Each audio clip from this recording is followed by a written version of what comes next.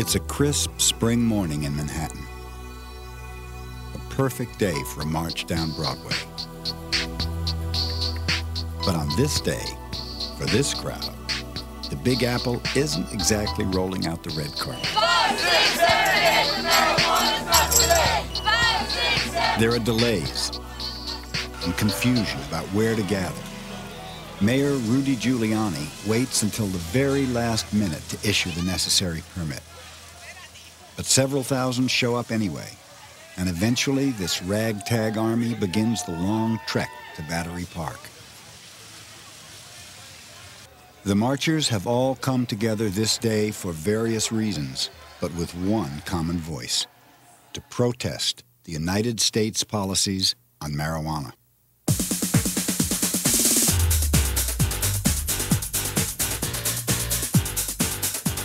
The marchers are cordially escorted by a phalanx of New York's finest.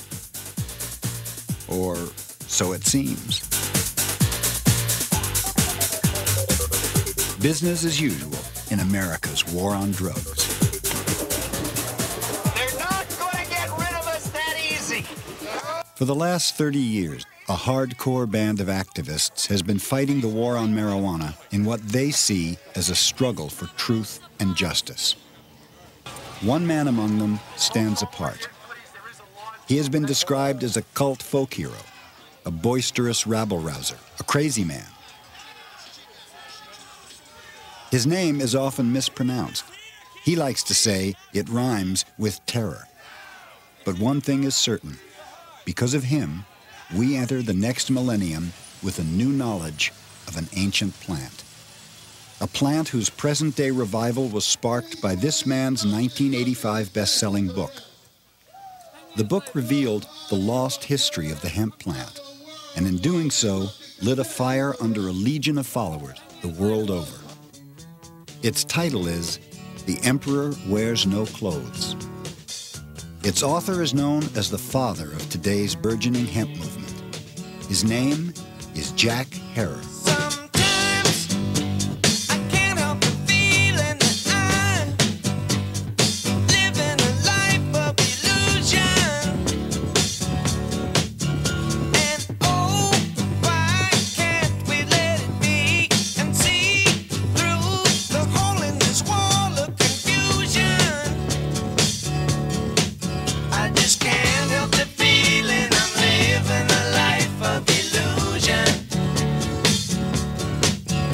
At 60 years of age, Jack Herer has been stumping for hemp nearly half his life.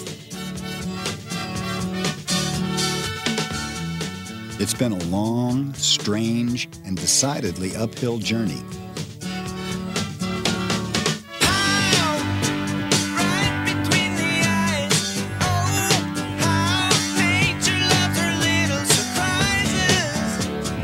But he trudges onward despite ill health, somehow turning on the passion when the curtain goes up. They've outlawed the natural, and I say we've got to take it back by standing together. Make it legal million march next year. Make it 2 million. Come to New York next year. Mayday.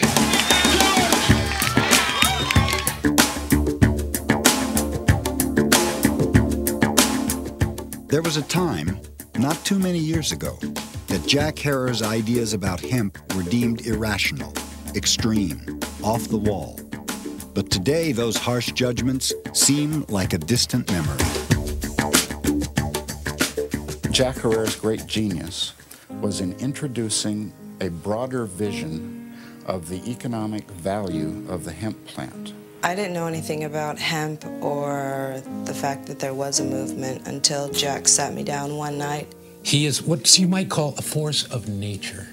I've met several people in my lifetime who I would judge as having such fiery intensity within them that approve of them or disapprove of them, you have to acknowledge that they are forces of nature. I saw Jack as a Michiganer, a crazy man. And particularly when it came to this whole idea that hemp was going to somehow revolutionize the world and revolutionize the marijuana reform movement. And so Michiganer is the right word for Jack.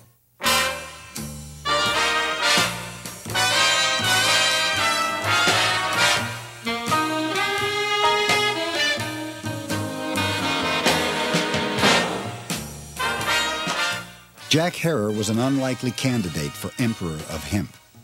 He was born into a conservative, middle-class Jewish family in 1939 and grew up in Buffalo, New York. He led a normal, happy life there until his 41-year-old father died of a heart attack when Jack was only 14. Within a span of 3 years, Jack went from Boy Scout to high school dropout.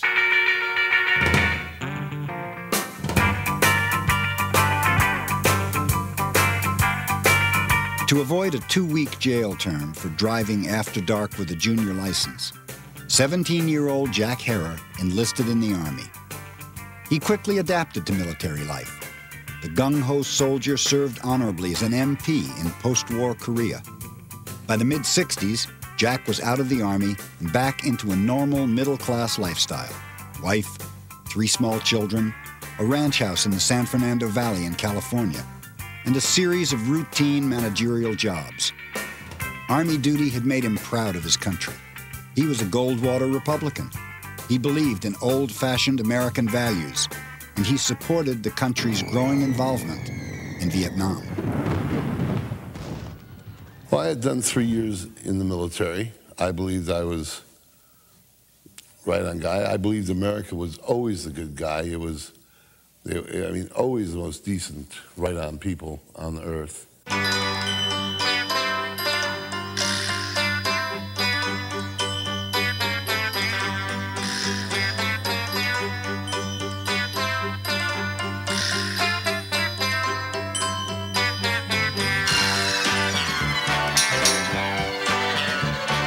Drop your silver in my tambourine. Help a poor man build a pretty dream. Give me pennies, I'll take anything. Now listen while I play my green tambourine. The 60s upheavals offended Jack. He especially had a very low regard for the anti-war protesters. I thought that they were the most un-American kids in the world. Listen and play.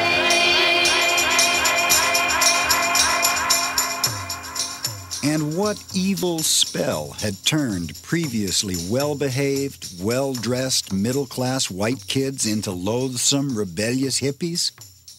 To Jack and the establishment, marijuana must have had something to do with it.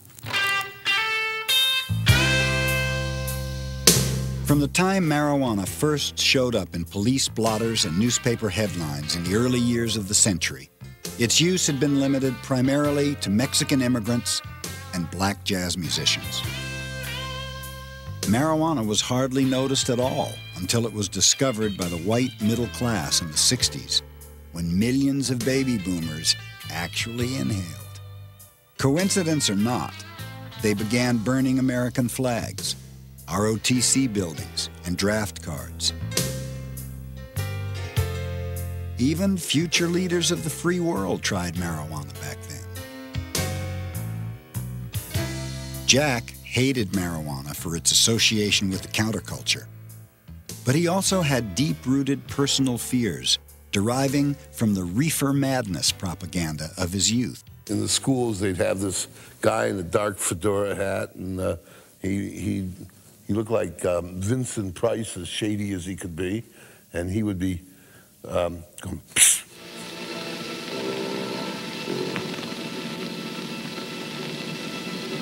You try one of these for free, kid, you know? And then all sorts of devil things. Next thing you were shooting heroin, you know? You were doing cocaine. You were doing things and exotic named drugs that I had no experience with, and I was sure that this was going to happen to me. The 60s rising tide of social change eventually swept in and altered the course of Jack's life. In 1967, he and his wife divorced. One day, a couple of years later, a new girlfriend asked him a question. She said, "Jack, have you ever smoked marijuana?" I said, "Of course not, no. I've never smoked marijuana." She said, "Well, I think you should."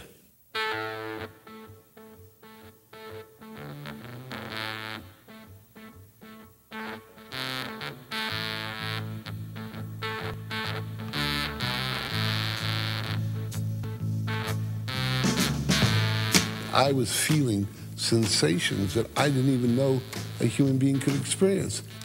And I said, why is this illegal? And she said, she doesn't know. I began to hear the protesters about the war in Vietnam, and their words had real meanings, textures. They weren't just talking about, I don't want to fight because I'm a coward, which is the way I thought of it, my ignorant or brutish way before. Peace and freedom became big issues for Jack. So did the environment. But as the 70s began, the journey of Jack Herer from Goldwater Republican to Emperor of Hemp was only just beginning.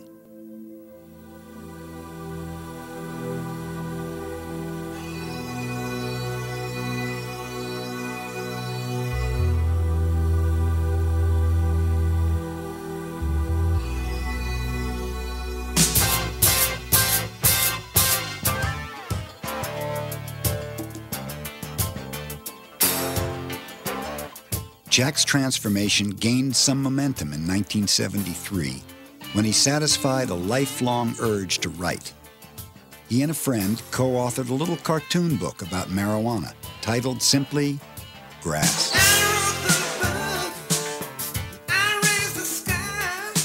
Much to his surprise, Grass became an underground hit, selling about 35,000 copies. Almost overnight, Jack gained a reputation as an authority on marijuana. And now everybody thought I knew all about pot. I knew every little subtle thing. And I still didn't even know if I ran across a marijuana plant growing in a field, I wouldn't even recognize it. And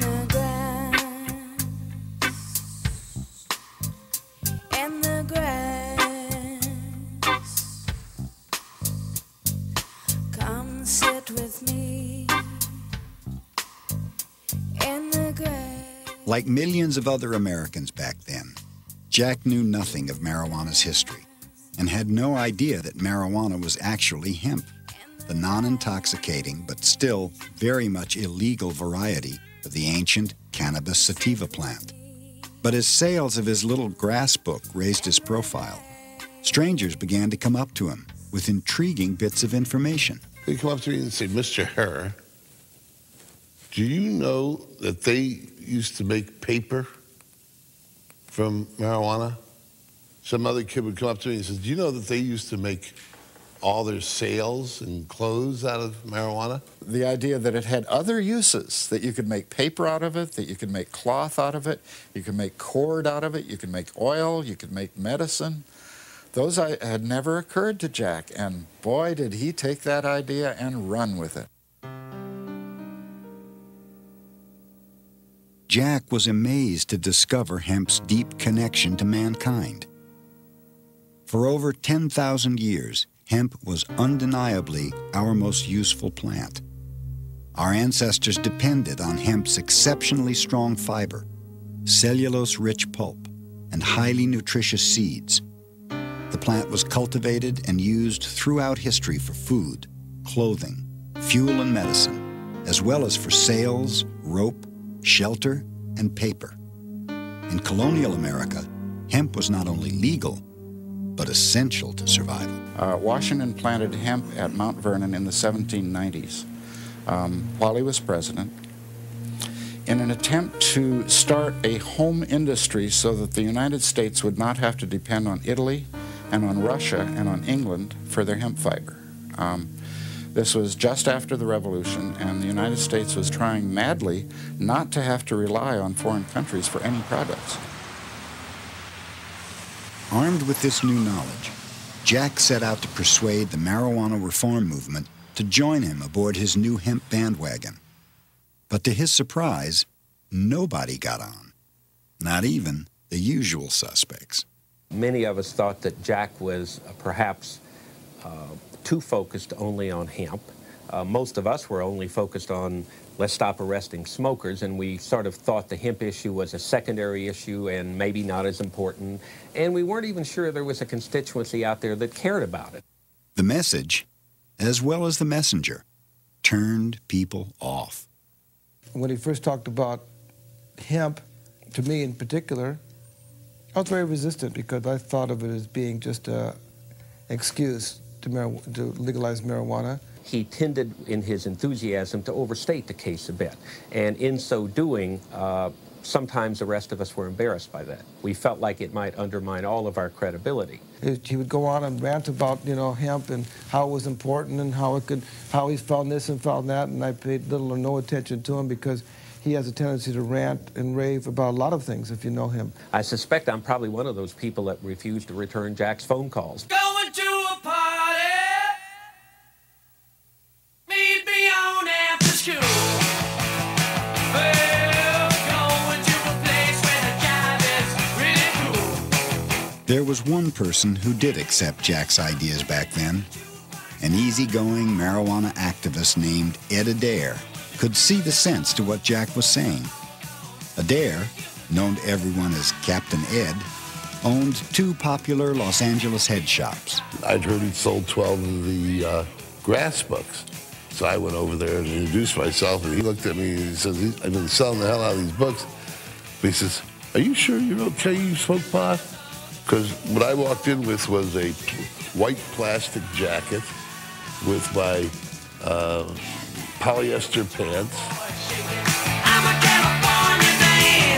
Jack followed Captain Ed's example and traded his polyester suits for jeans and t-shirts.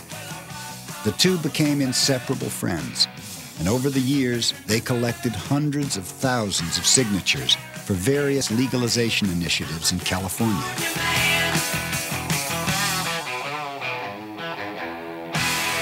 When Captain Ed and I made a pledge, it was to work every day to legalize cannabis until we were dead, it was legal, or we turned 84. And we always felt the great injustice is that if anybody was in jail for cannabis for any reasons, it would always be too big of an injustice to walk away from and not spend almost all our time trying to change.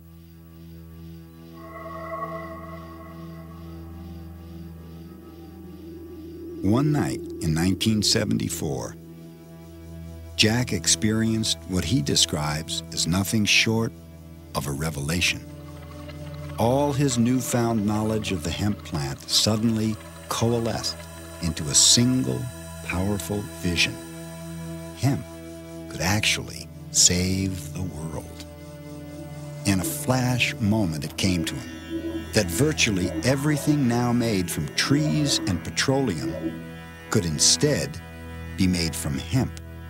That not another single tree would ever have to be cut down to make paper. That clean-burning fuel would now be made from the biomass of the abundant hemp plant.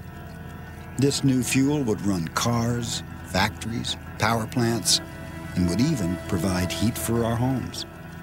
That hemp could be grown and processed into cloth and paper with only a fraction of the toxic chemicals used in processing cotton and trees. Jack pictured a world saved from pollution, acid rain, global warming, and deforestation.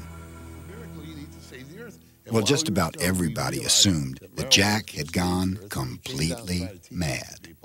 And my own kids thought, Dad, you've gone overboard. I mean, you're doing this marijuana legalization now for 3 years, and now you've gone overboard.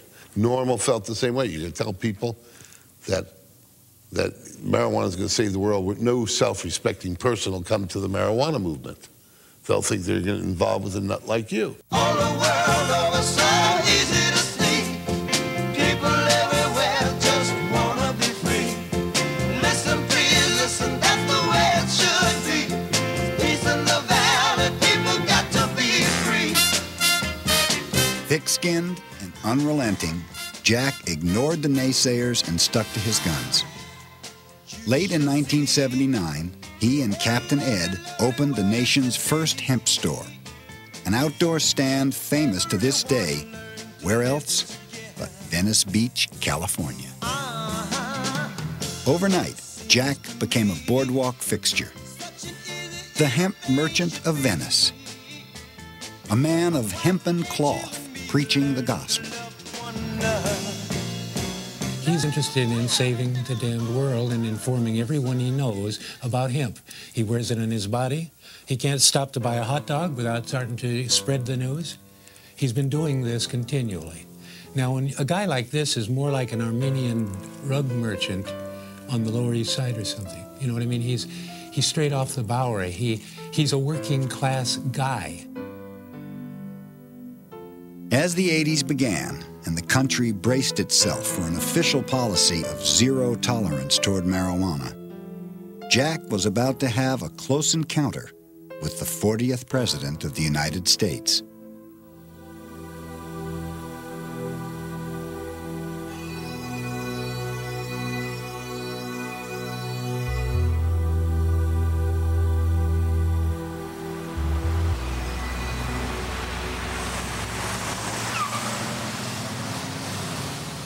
January 1981, West Los Angeles, California. Mere days before the presidential inauguration, Jack and a small encampment of followers are campaigning for California hemp and marijuana initiatives. Along comes Ronald Reagan. President-elect Reagan's motorcade pulls up to the federal building. He's scheduled for a pre-inaugural haircut. According to eyewitnesses, the great communicator questions the building manager. By the way, he says, what are the Canadians protesting about out there? And he thought that the marijuana flag we were flying out there was the maple leaf. And the guy that's the manager of the office of the building, he says, well, they're not Canadians, those are marijuana protesters. And Reagan says, well, isn't there something you can do about that? Well, we've taken them to court and they've won. Well, I'll be on duty in 5 days. I'll see what I can do for you.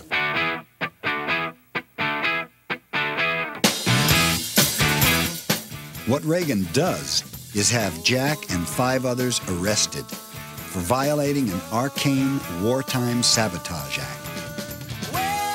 The others pay a $5 fine and get probation. Jack fights. He refuses to pay the fine and loses.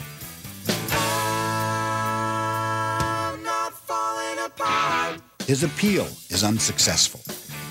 The United States Supreme Court refuses to hear the case.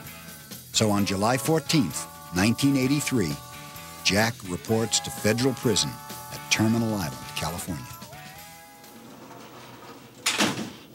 There was a lot of bank robbers in federal prison in 1983. And what are you in here for? I was registering voters after dark on federal property. They put you in jail. Running for the border, spinning to the light, frozen night of wonder, and a holy terror inside. I smell the river. Jack's incarceration would have been insignificant, except for the fact that he finally had the time and solitude to begin writing another book. There was no radio, there was no television, no movies, no nothing to distract me. A couple guys would sing gospel songs a cappella, but that was about it. I knew that Jack Herrera's book was going to become an underground classic. I knew it right away from the first time I saw the first edition. People opened that book and said, you can make food out of hemp seed oil, you can burn it in a lamp, you can make rope, you can make parachute cordage and tie your shoes, and the Constitution was really printed on hemp paper. I mean, people love that. In 1985, Jack published The Emperor Wears No Clothes. Since then, the book has gone on to become an underground phenomenon, selling more than 600,000 copies worldwide, and is now in its 11th edition. The first populist book of its kind, The Emperor Wears No Clothes, is part scientific document, part journalistic expose, and part holy crusade. It takes us on a journey of discovery that provides a caustic, sarcastic, and often irreverent look at the forgotten history and economic potential of the hemp plant. Written in simple and scholarly detail, its pages are filled with numerous articles, historical documents, photographs, and diagrams, along with the writings of poets, philosophers, and of course, the emperor himself. we learn of the thousands of commercial and therapeutic uses of hemp, and how hemp has been a significant part of our spiritual and cultural heritage throughout the ages. We discover how the hemp seed could again become a basic world food, and how no other single plant seed contains virtually all the nutritional elements necessary to maintain healthy human life. The Emperor Wears No Clothes explores in great detail Jack's most passionate beliefs: that biomass fuels derived from hemp can provide virtually all of the world's energy needs, eliminating the global dependence on our nearly depleted fossil fuels. That the systematic destruction of our environment can be dramatically reduced or even stopped by using hemp as the resource for fiber, fuel, and paper. The book makes the case for hemp as the world's savior, and Jack backs it up with a $50,000 offer to anyone who can prove him wrong. So far, he's had no takers.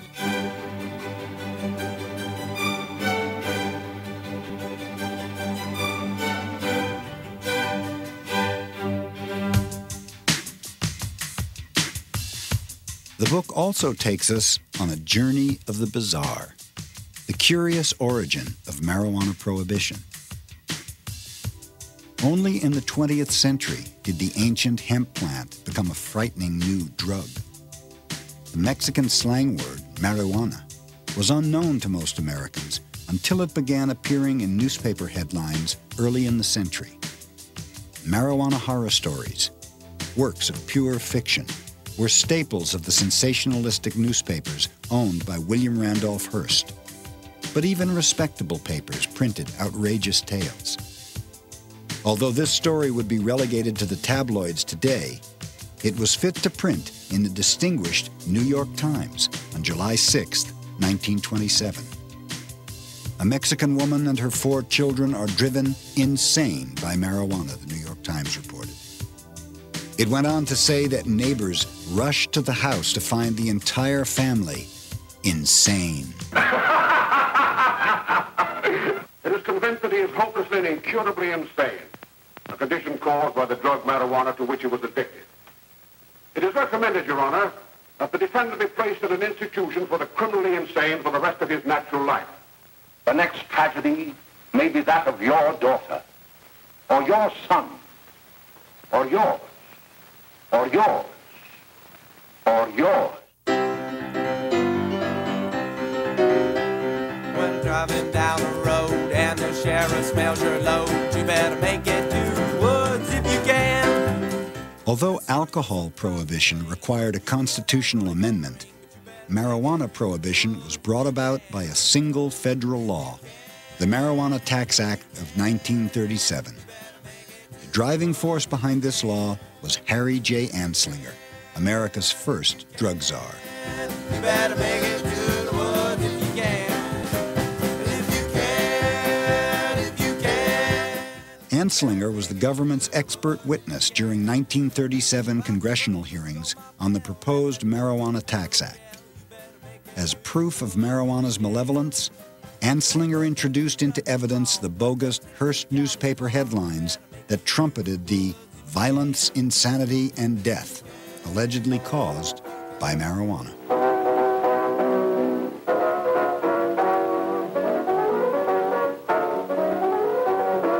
In 1937, when the Marijuana Tax Act was established, there were no data of any sort, much less scientific, about whether this compound was harmful or not. There was just evidence it was being used by people whom we distrusted and feared, and that it was associated with lower class people. You go back and read the record in Congress, it's amazing the lack of information. There were literally questions by members of Congress saying, what is this marijuana? Is it a narcotic or what is it? And there would be a sentence, someone would stand up and say, oh, it's the most dangerous new drug coming down the pipe. In terms of what Congress knew in 1937, they didn't know any of that history. The only history that they were given was all these cock and bull stories about how it made people crazy and they went out and killed people under the influence of marijuana. The Tax Act was built on lies, and I think it's outrageous that we have legislation that still exists today it was based on lies.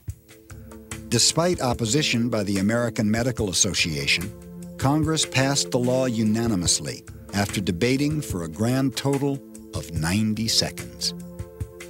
President Franklin D. Roosevelt signed it into law on August 3, 1937. Theoretically, the new law did not actually prohibit marijuana and hemp. Only a constitutional amendment could do that.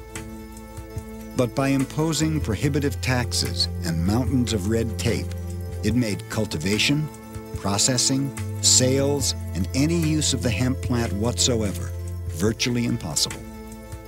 Technically, farmers could still legally grow a hemp plant like this one, but only if they could somehow grow it without the leaves and flowers. This law is still in effect today. The full reasons behind marijuana prohibition are still being debated. Some experts think racism played a part. So that when poor people, immigrants, take the drugs, we're afraid they're going to rise up, smite, steal, and take the white women. And so we outlaw the drugs because of our fears over that. Others think Harry Anslinger was motivated by ambition and power. A great deal of the reason that marijuana was prohibited was because of self-aggrandizement at the federal level, especially with Harry Anslinger wanting to be the J. Edgar Hoover of his own agency. Jack sees darker motives. His book alleges a high-level conspiracy revolving around Anslinger, Treasury Secretary Andrew Mellon, the DuPont Chemical Company, and hemp.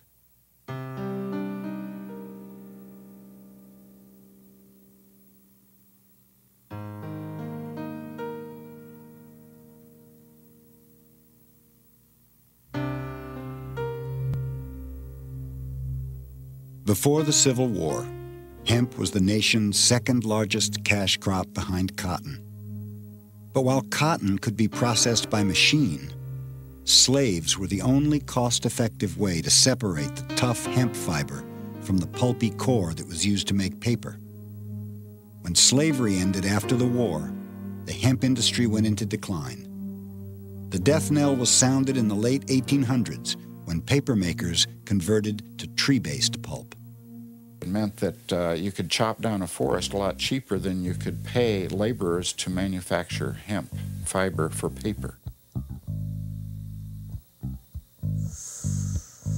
Jack hangs his conspiracy angle on events that happened simultaneously with marijuana prohibition. Coincidence number one. A German immigrant invented a machine called the decorticator. This new mechanical processing device was about to bring hemp into the modern industrial age. Popular Mechanics magazine recognized the potential bonanza for American farmers and entrepreneurs. This article heralded a machine that could process hemp quickly and cheaply for the first time in history. Coincidence number two. The DuPont company in the 30s came out with both a sulfuric acid method for making paper from trees and a new invention called plastic. Jack's book points out that a hemp resurgence would certainly have been a serious threat to DuPont's petrochemical strategies. And finally, there's millionaire financier Andrew Mellon. Mellon was Anslinger's boss, Harry's wife's uncle, and DuPont's banker. Coincidences number 3, 4, and 5. Don't smoke all of my grass.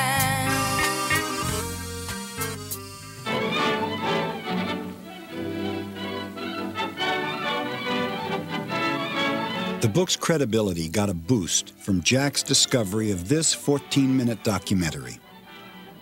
Supposedly made by the U.S. government 5 years after the Marijuana Tax Act. Its purpose was to encourage farmers to grow outlawed hemp during World War II. Long ago, when these ancient Grecian temples were new, hemp was already old in the service of mankind. For thousands of years even then, this plant had been grown for cordage and coarse cloth in China and elsewhere in the East. But now, with Philippine and East Indian sources of hemp in the hands of the Japanese, and shipment of jute from India curtailed, American hemp must meet the needs of our Army and Navy as well as of our industries.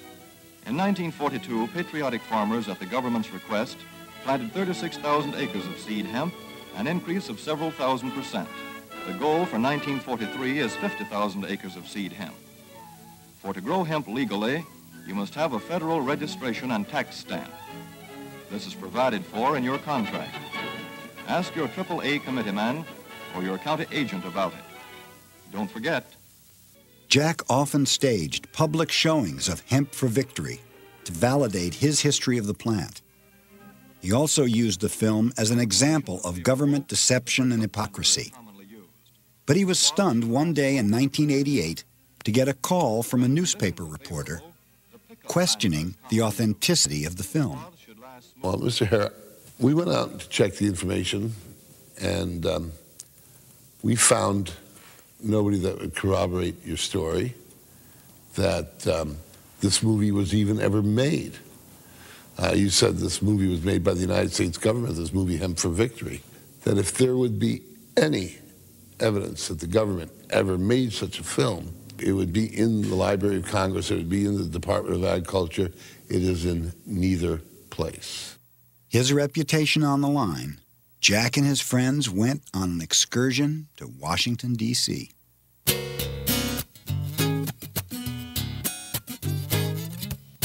We were just determined to find the documentation that made it a credible government movie made by the U.S. government and not made by Jack.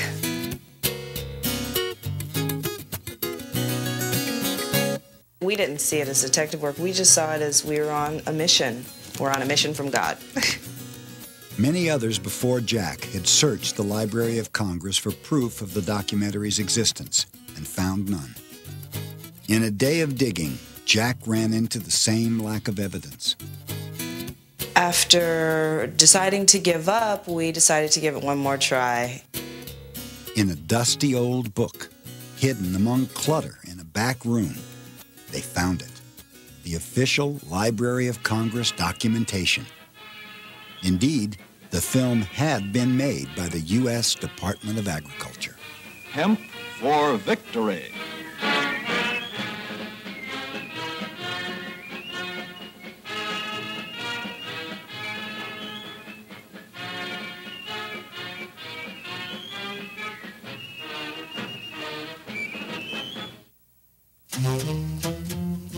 In the few short years since The Emperor Wears No Clothes first began inspiring activists and entrepreneurs, the U.S. hemp industry has grown from Jack's ramshackle Venice Beach booth into a $100 million a year business. I was shopping for a suit the other day and walked into the department store. Stepped on the elevator and told the girl, dry goods flow. When I got off, a salesman come up to me. He said, now what can I do for you? I said, well, go in there and show me all in sport clothes, like you supposed to. He said, well, sure, come on in, buddy, and dig these fabrics we got laid out on the shelf. He said, pick yourself out one, try it on, stand in the mirror and dig yourself. The world's getting this information. It's coming out on billboards. It's coming out on companies all over, everywhere. As hemp gained mainstream acceptance in the 90s, so did Jack. His critics became allies.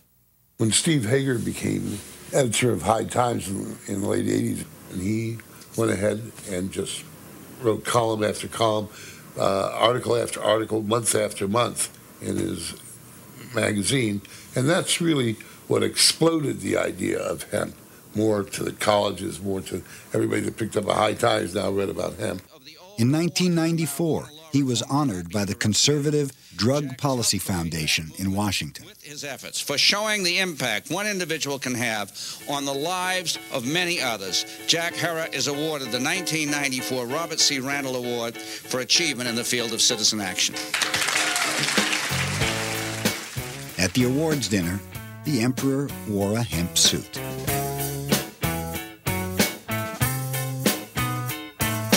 Leaning on a tree trunk, thinking all the same junk, falling in and out of a dream. Back and forth I'm swaying, I'm contemplating staying, laying in. But nothing vindicated Jack more than a 1992 Lifetime Achievement Award from his longtime adversary, Normal. How do I calm myself at times like these? I need a simple kind of lovely, and the thought is just a novelty. From a nemesis to a prophet, I think, is the way to look at it.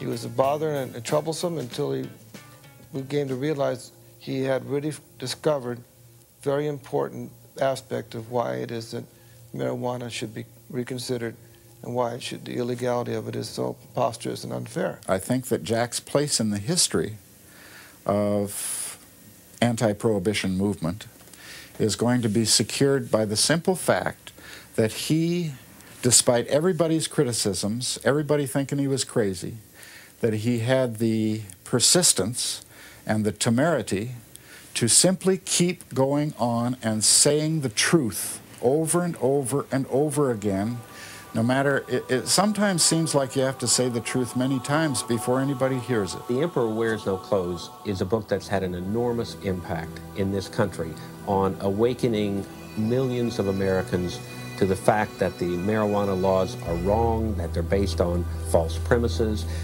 that they're racial in nature, and that we need to change them. I don't know anyone who's had as much impact as Jack has.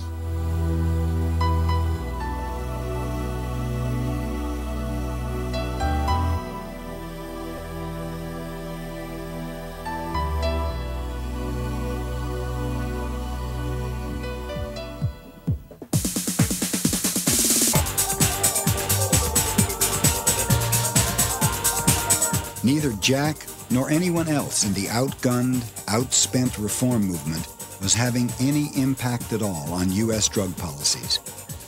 In the last years of the 20th century, incredibly, America was the only industrialized nation that still forbid hemp farming, forcing the U.S. hemp industry to import all its raw material.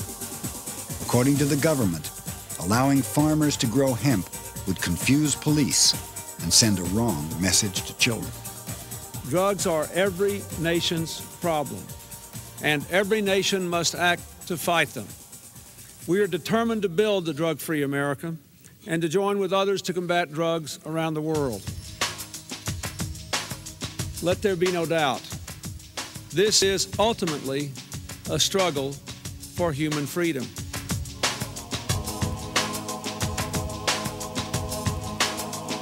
In the 90s, the federal government escalated the war on marijuana, spending a record amount of money to arrest a record number of Americans, most for simple possession.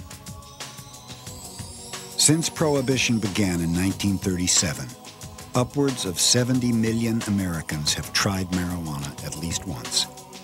A staggering 11 million of them have been arrested. With 1 in every 40 prisoners a marijuana offender, the United States has become the world's biggest jailer. Some states now spend more on prisons than on higher education. Even alcohol prohibition did not punish the users of alcohol. When marijuana prohibition was instituted, however, the prohibition was aimed directly at users, which it had not been with alcohol prohibition. Well, just here in America, it's 14 million years have been spent on prison, jails, parole, or probation since the 1930s for marijuana. 14 million years. I can't even begin to calculate what that is at $25,000, $30,000 a year now. It gets me angry every day. All available research has concluded that marijuana is dangerous to our health. Marijuana limits learning and memory perception and judgment and our ability to drive a car. The war on marijuana is also a war on the sick and dying. Even after California and 5 other states overwhelmingly approved medical marijuana initiatives in the late 90s, the federal government still plays hardball. Despite these initiatives, we want to make clear that federal law still applies and federal officials will continue to apply the law, and DEA officials will review cases, as they have, to determine whether to revoke the registration of any physician who recommends or prescribes so-called Schedule I controlled substances. This is not a medical initiative. This is a legalization of drugs issue. The federal government, by classifying marijuana in Schedule I, is saying that it has no medical uses, which is a bald-faced lie because it has 10,000 years in every culture of medical use. United States policy to the contrary, cannabis has long been esteemed as a safe, effective, and non-addicting medicine. For thousands of years, it was prescribed by the greatest physicians of their day. It was used for dozens of conditions, ranging from migraines, chronic pain, and asthma, to childbirth, muscle spasms, and even depression. Today, it also provides relief for victims of multiple sclerosis, glaucoma, the AIDS wasting syndrome, and nausea induced by chemotherapy. It's impossible for a human to overdose and die, which is not true of alcohol, nicotine, barbiturates, or morphine. And it's a drug which humans can use under a wide variety of circumstances with safety. Even so, U.S. House Republicans, using language that would have made Harry Anslinger proud, passed a resolution in 1998 branding marijuana a dangerous, addictive drug with no medical use.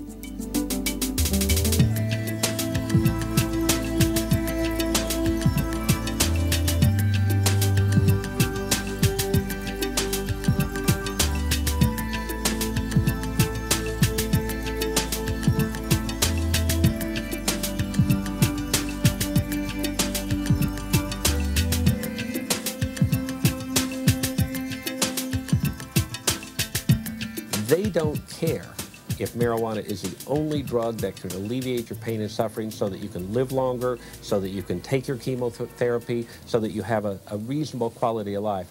They would rather fight the war on drugs even though they know that there are sick and dying patients being denied relief because of their position. Unconscionable. So you would think that after at least a generation of really good information about marijuana being circulated, why is the war still going on? One, I think the people in charge of government today, particularly in the law enforcement sections of government, are people who are afraid of the culture around marijuana.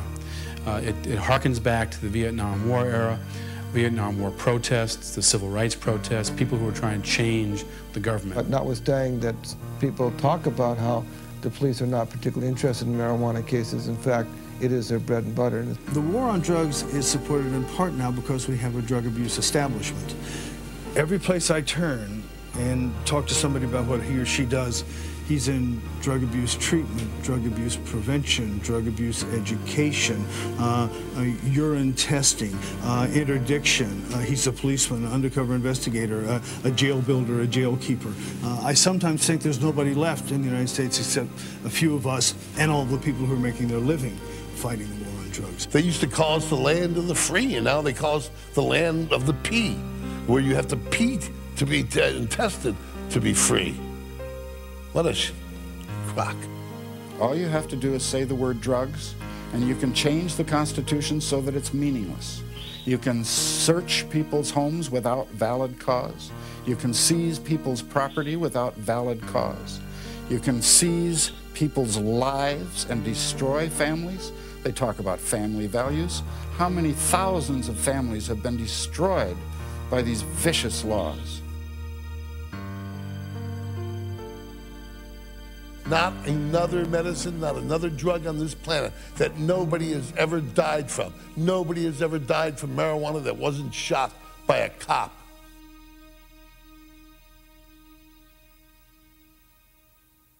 Jack Herrera. Have I pronounced it correctly, Jack? Herrera. Herrera. Okay. Jack Herrera.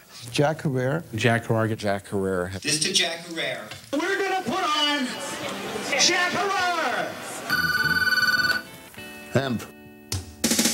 Once you get the name, tell me a story about this lovely girl whose name was Jane. cult acclaim has not made Jack a household name, nor does he live like an emperor. Most of his income from book sales goes to finance his causes, not his lifestyle.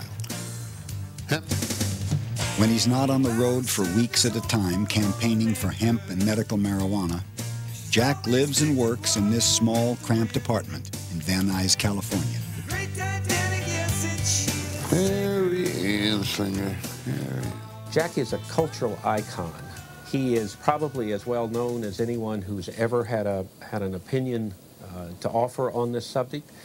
He is better known than probably anyone else who works on the marijuana law reform issue. He is a phenomenon that's been very positive. Uneasy rests the crown on he who would save the world. Jack enters the new millennium still grieving over the untimely death of Captain Ed Adair, taken by leukemia in 1991 at the age of 51. We had been together 19 years, the greatest friend a guy could ever have. He worked so hard to save this planet, and he believed he was saving it for you, me, his children, and he thought that this was the way to do it. And it's against the law, the federal law, and it's a stupid law, it's an ignorant law, and it's an evil law because they know better and they won't get off of it.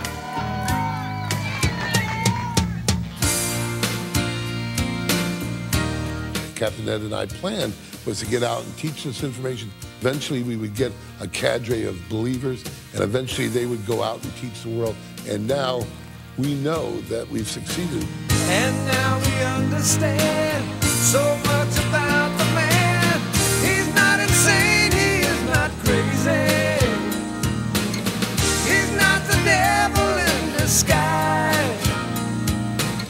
So listen closely to the winds of change and see the world, see the world, oh, see the world through his eyes.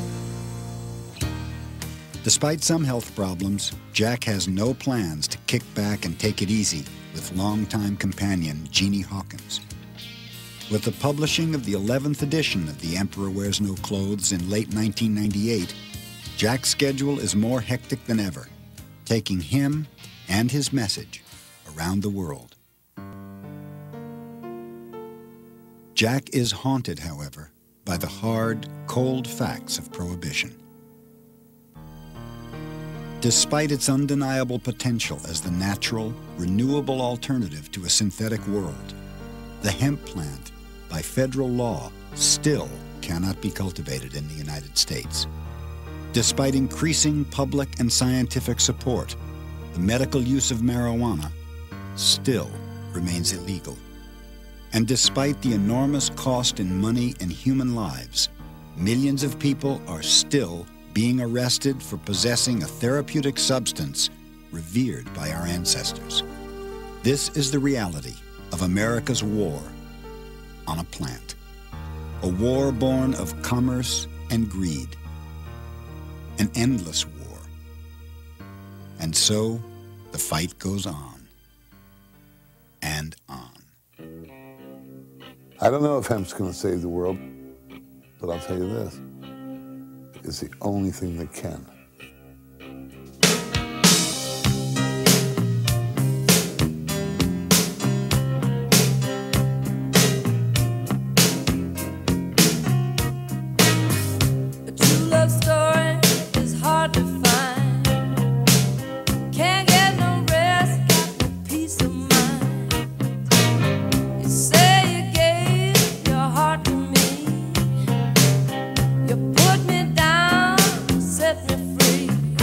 This is a model of the USS Constitution, what we call Old Ironsides, which became famous during the War of 1812. Conestoga wagons and the wagons that went west were covered with hempen canvas.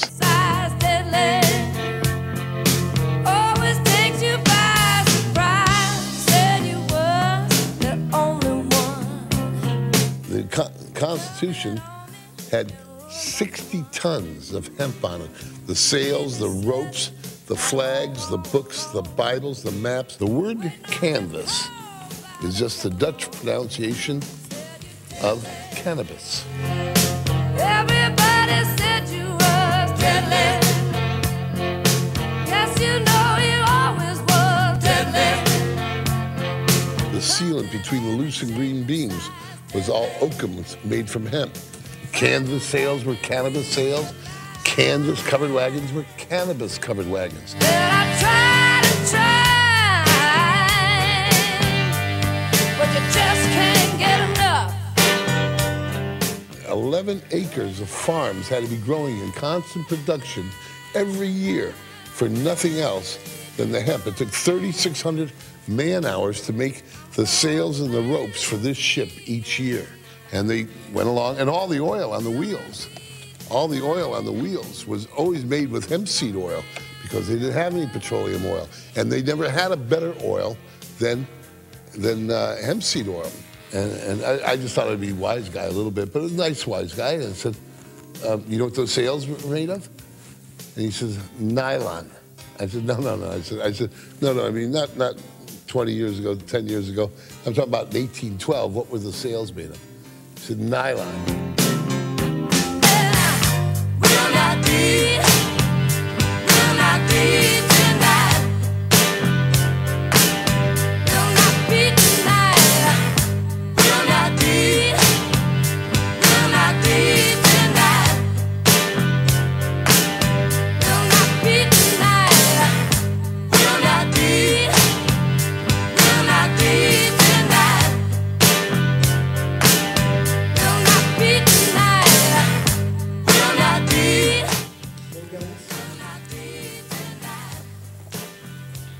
How's that?